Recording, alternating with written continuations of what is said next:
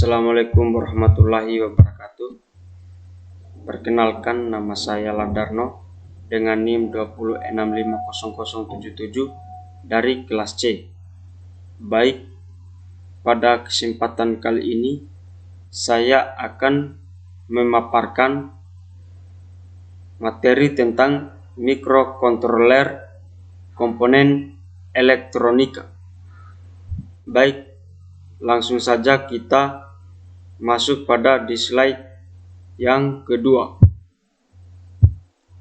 Elektronika merupakan bagian penting di dalam kehidupan kita. Elektronika adalah ilmu yang mempelajari tentang listrik arus lemah yang dioperasikan dengan cara mengontrol aliran elektron atau partikel bermuatan listrik dalam suatu alat. Pengendalian elektron ini terjadi dalam ruangan hampa atau ruang yang berisi gas bertekanan rendah seperti tabung gas dan bahan semikonduktor. Penerapan elektronika adalah pada alat-alat listrik di rumah kita hingga skala yang lebih canggih seperti pada komputer dan robot industri dan servis, robot pelayan pada sistem digital seperti perangkat Arduino, umumnya perangkat elektronika digital, bekerja membutuhkan input tegangan rendah 3,3 volt dan 5 volt standar dengan maksimal sekitar 6 volt agar komponen digital tidak rusak. Untuk memahami Arduino dan pemrograman robot, maka konsep dasar elektronika perlu kita kuasai.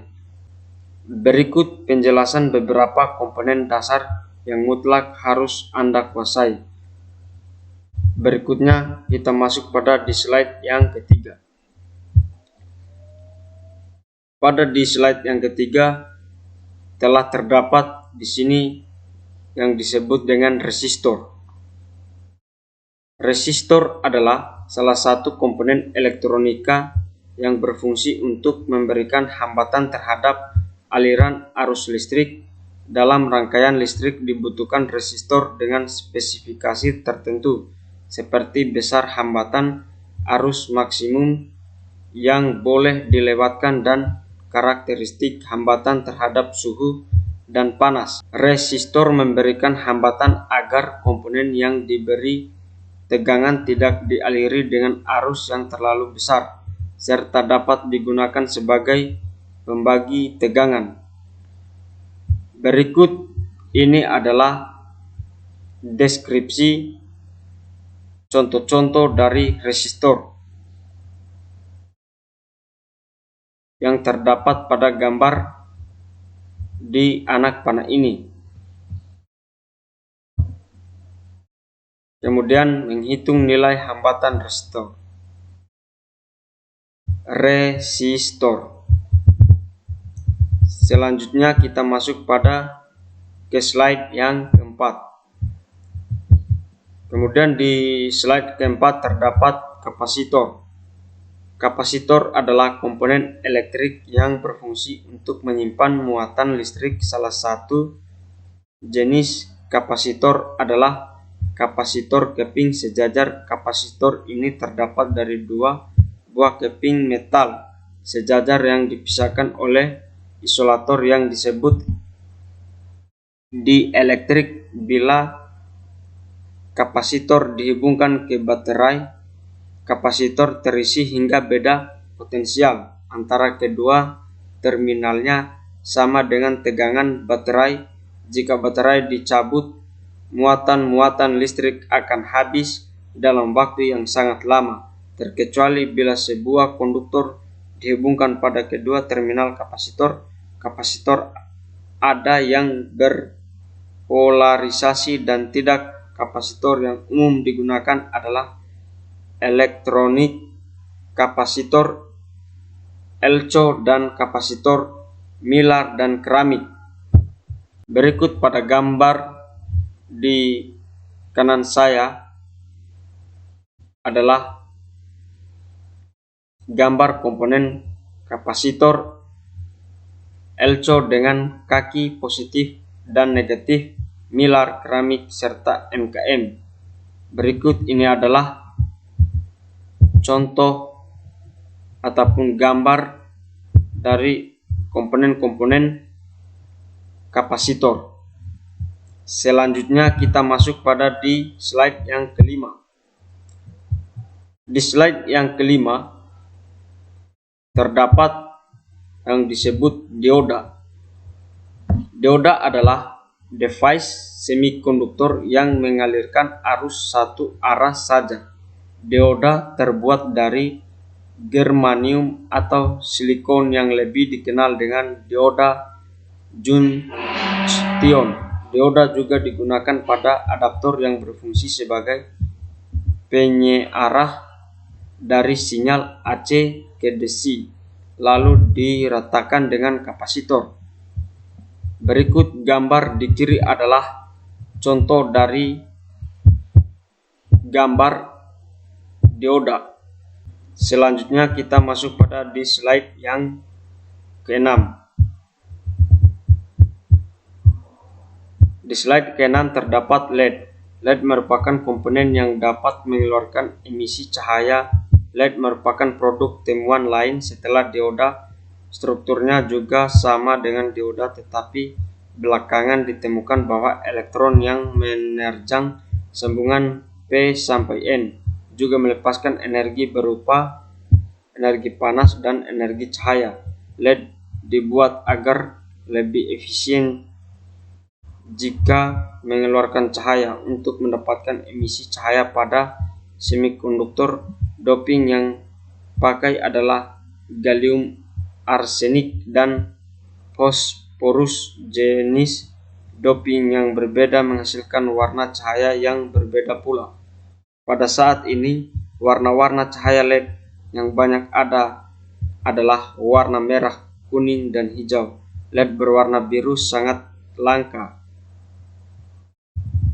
Pada dasarnya semua warna bisa dihasilkan, namun akan menjadi sangat mahal dan tidak efisien dalam memilih LED. Selain warna, perlu diperhatikan tegangan kerja, arus maksimum, dan disipasi dayanya. Berikut adalah simbol LED. Berikut adalah anoda. Di kutub kiri berarti adalah anoda, sedangkan di kutub kanan berarti katoda. Dan gambar di bawah ini adalah gambar ataupun contoh light emitting diode yang disebut LED. Di samping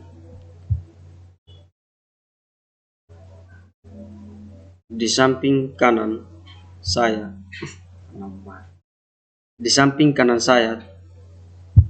terdapat spektrum cahaya dan respon manusia. Baik, berikutnya kita masuk pada di slide yang ke-12, yaitu tentang 7 segmen. Pada tahap pertama, prinsip kerja 7 segmen sama dengan LED. 7 segmen terdiri dari 7 LED yang disusun membentuk angka 8 dan tambahan 1 LED untuk titik. Terdapat 2 jenis 7 segmen, yaitu 7 segmen komod cathode katoda dan 7 segmen comod anode anoda. Tahap kedua, 7 segmen comod cathode. Pada 7 segmen jenis comod cathode katoda, kaki katoda pada semua segmen LED adalah terhubung menjadi satu pin, sedangkan kaki anoda akan menjadi input untuk masing-masing segmen LED. Tahap ketiga, 7 segmen common anode. Pada 7 segmen jenis common anoda, kaki anoda pada semua segmen LED adalah terhubung menjadi satu pin, sedangkan kaki katoda akan menjadi input untuk masing-masing segmen LED. Berikut gambar di samping adalah 7 segmen.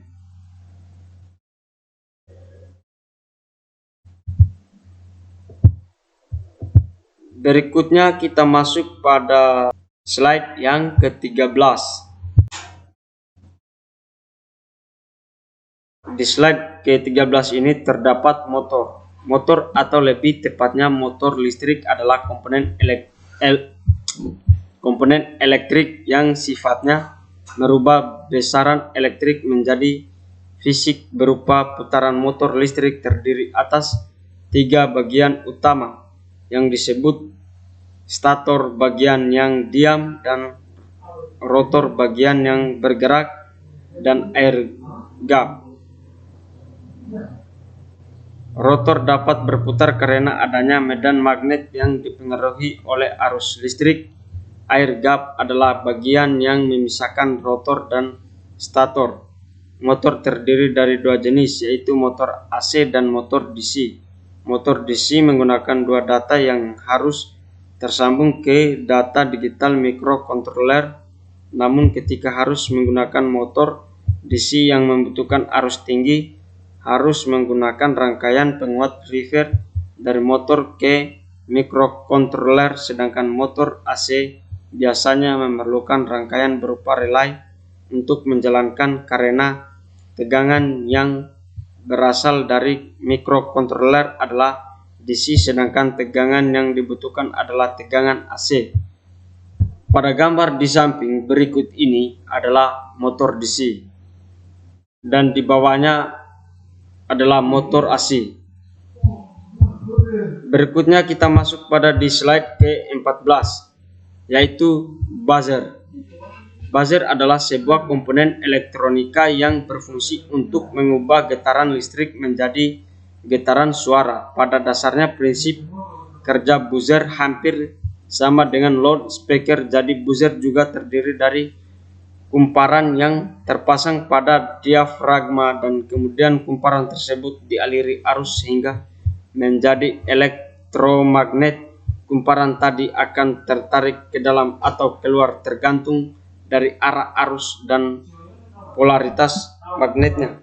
Karena kumparan dipasang pada diafragma, maka setiap gerakan kumparan akan menggerakkan diafragma secara bolak-balik sehingga membuat udara bergetar yang akan menghasilkan suara.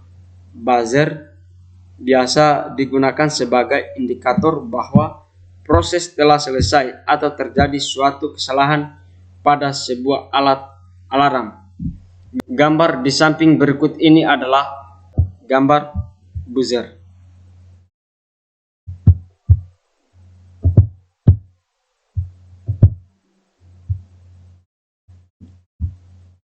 Berikutnya kita masuk pada slide yang ke-15. Pada slide ke-15 ini yaitu alat ukur multitaster. Dalam bereksperimen dibutuhkan juga alat ukur tegangan arus, penguatan transistor, kapasitor, dan resistor minimal berupa multitaster. Akan lebih baik lagi jika Anda melengkapi dengan osiloskop dan frekuensi counter digital. Multitaster yang penulis sarankan minimal Sanwa CX56A. Untuk mencoba alat ukur ini cukup mudah. Cukup arahkan saklar ke posisi yang diinginkan. Misal jika ingin mengukur baterai 9 volt, arahkan penunjuk saklar ke DC volt 12 volt sehingga bacaan 9 volt dapat terlihat di jarum penunjuk dengan cukup akurat. Berikut gambar di samping adalah multitester analog Sanwa CX56A yang bersambungan Spesifikasi tahap 1 26 CH Swiss Wide Range Measurement sampai selanjutnya dan berikutnya. Ya, mungkin itu saja penjelasan dari saya. Lebih kurangnya mohon dimaafkan. Saya akhiri dengan kalimat billahi taufik walhidayah. Wassalamualaikum warahmatullahi wabarakatuh.